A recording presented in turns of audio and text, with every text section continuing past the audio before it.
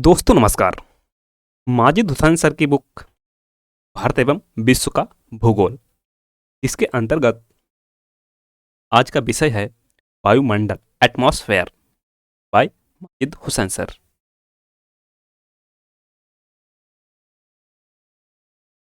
पृथ्वी के चारों ओर गैसीय आवरण को वायुमंडल कहते हैं। वायुमंडल की मोटाई लगभग 480 किलोमीटर 300 मील मानी जाती है।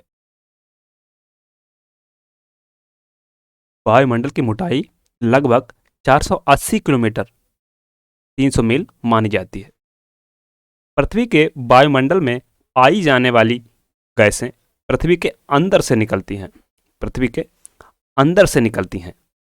इन्हीं गैसों के सहारे धरती पर जीवन संभव हुआ है। अगर ये गैसें ना हो, जैसे ऑक्सीजन, तो इससे हम सांस लेते हैं ऑक्सीजन, कार्बन डाइऑक्साइड जो वैश्विक तापमान में अपना योगदान करती है, इसके बिना जीवन संभव नहीं है।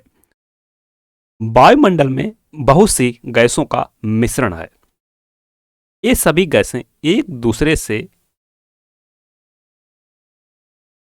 इस प्रकार मिश्रित हैं कि वायुमंडल एक ही गैस का बना हुआ प्रतीत होता है। हमारे वायुमंडल का आधुनिक स्वरूप पूर्व कैम्ब्रियन युग में विकसित हुआ था। इस प्रकार आज के वायुमंडल की उत्पत्ति लगभग 60 करोड़ वर्ष पुरानी मानी जाती। आज का वायुमंडल एक क्रमिक विकास से गुजरकर बना है। इसमें बहुत सी गैसें ज्वालामुखियों, गर्म पानी के स्रोतों, जीवमंडल तथा मानव प्रक्रियाओं के कारण मिश्रित हुई हैं। वायुमंडल की संरचना। वायु की एक शुष्क राशि में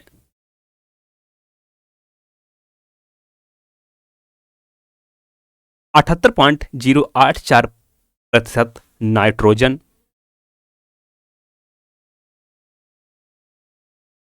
20.946% ऑक्सीजन,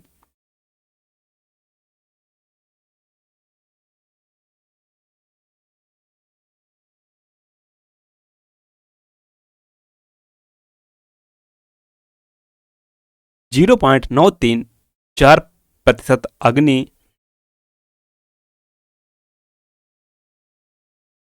0.03% कार्बन डाइऑक्साइड तथा अन्य गैसों में नियॉन, हीलियम, मीथेन, हाइड्रोजन तथा जल वाष्प सम्मिलित है। संरचना के आधार पर वायुमंडल को दो भागों में विभाजित किया जा सकता है। पहला है सममंडल और दूसरा विषम मंडल।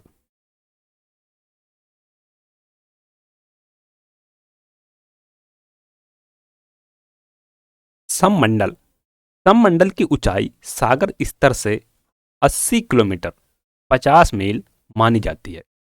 यद्यपि गैसों की सघनता ऊंचाई की ओर जाते हुए कम होती जाती है, फिर भी विभिन्न गैसों के मिश्रण में समानता पाई जाती है। केवल ओजोन गैस ही एक अपवाद है जो समताप मंडल स्ट्रेटोस्फेयर में 19 से 50 किलोमीटर के बीच सीमित है। दूसरे वाष्प की मात्रा सममंडल के निचले भाग में तुलनात्मक रूप से अधिक होती है, क्योंकि जलवाष्प ही वह कारण है जिससे वर्षण संभव होता है। सममंडल को निम्न 3 भागों में विभाजित किया जा सकता है। सममंडल को 3 भागों में कौन कौन से हैं? पहला है क्षोभ मंडल, ट्रोपोस्फेयर, समताप मंडल, स्ट्रेटोस्फेयर, मध्य मंडल, मेसोस्फेयर। क्षोभ मंडल सागर स्तर पृथ्वी के धरातल से लेकर क्षोभ सीमा ट्रोपोपॉज तक क्षोभ मंडल है। क्षोभ मंडल की ऊपरी सीमा -57 डिग्री सेल्सियस तापमान भी मानी जाती है। विषुवत रेखा पर क्षोभमंडल की ऊंचाई 19 किलोमीटर, विषुवत रेखा पर क्षोभमंडल की ऊंचाई 19 किलोमीटर तथा ध्रुवों पर 8 किलोमीटर है, जबकि 45 डिग्री पर इसकी ऊंचाई 13 किलोमीटर है। तो हर जगह समान नहीं है। विषुवत रेखा पर 19 किलोमीटर, ध्रुवों पर 8 किलोमीटर और 45 डिग्री पर इसकी ऊंचाई 13 किलोमीटर है।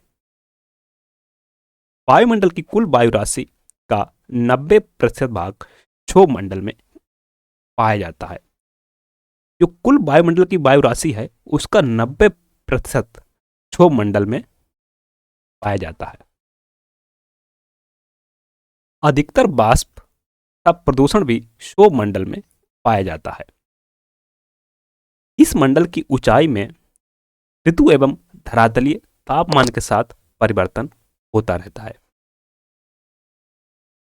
पवन का चलना, बादल, वर्षा, हिमपात आदि इस मंडल तक सीमित हैं।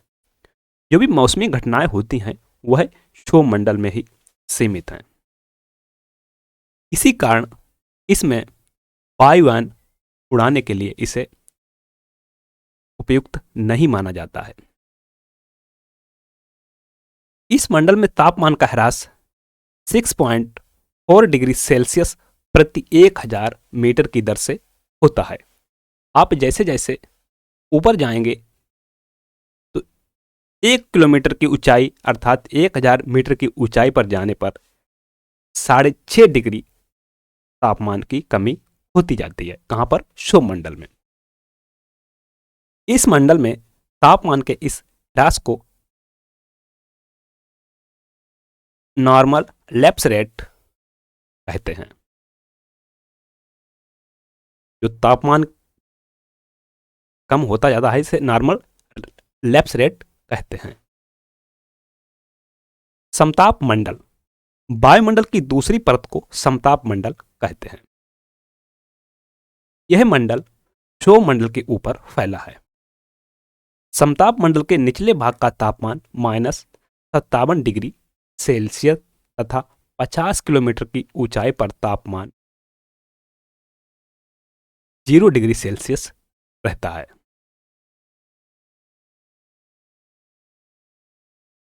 इस मंडल में ओजोन गैस पाई जाती है। इसमें समताप मंडल में जो सूर्य से आने वाली हानिकारक अल्ट्रावायलेट किरणों को सोख लेती है। इस प्रकार धरातल के जीवों पर खराब प्रभाव नहीं पड़ता। इसकी ऊपरी सीमा को समताप सीमा कहते हैं। मध्य मंडल, मेसोस्फीयर, इस मंडल का विस्तार 50 किलोमीटर की ऊंचाई से लेकर 80 किलोमीटर की ऊंचाई तक है। मध्य मंडल का विस्तार 50 किलोमीटर की ऊंचाई से लेकर 80 किलोमीटर तक है। इसकी ऊपरी सीमा को मध्य सीमा मेसोपॉज कहते हैं। वायुमंडल का यह सबसे ठंडा मंडल है। इसका औसत तापमान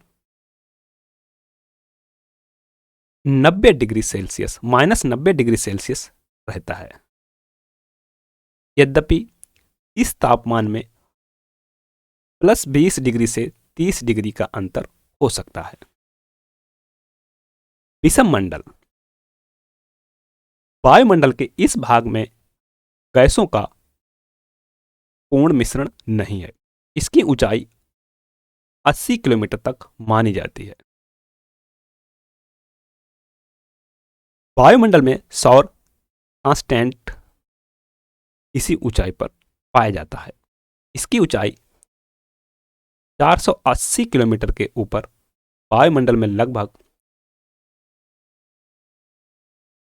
एकम की परिस्थिति पाई जाती है। इसको बाह्य अंतरिक्ष आउटर स्पेस कहा जाता है। इसमें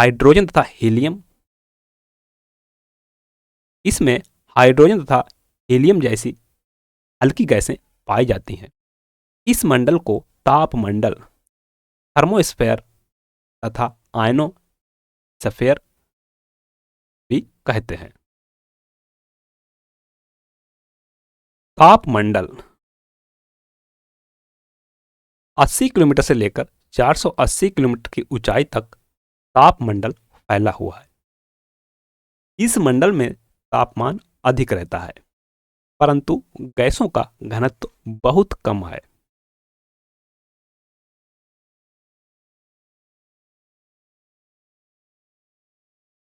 इसकी गैसों के कणों का तापमान 1200 डिग्री सेल्सियस तक हो सकता है। इतना अधिक तापमान होने के बावजूद भी यह मंडल गर्म नहीं है। अब तापमान तो बहुत है 1200 डिग्री सेल्सियस, क्योंकि यहां पर गैसों की सघनता नहीं है, इसीलिए यहां पर ज्यादा गर्म नहीं है। पृथ्वी के धरातल के निकट गैसों के मॉलिक्यूल्स की सघनता बहुत अधिक होती है, इसलिए यहां पर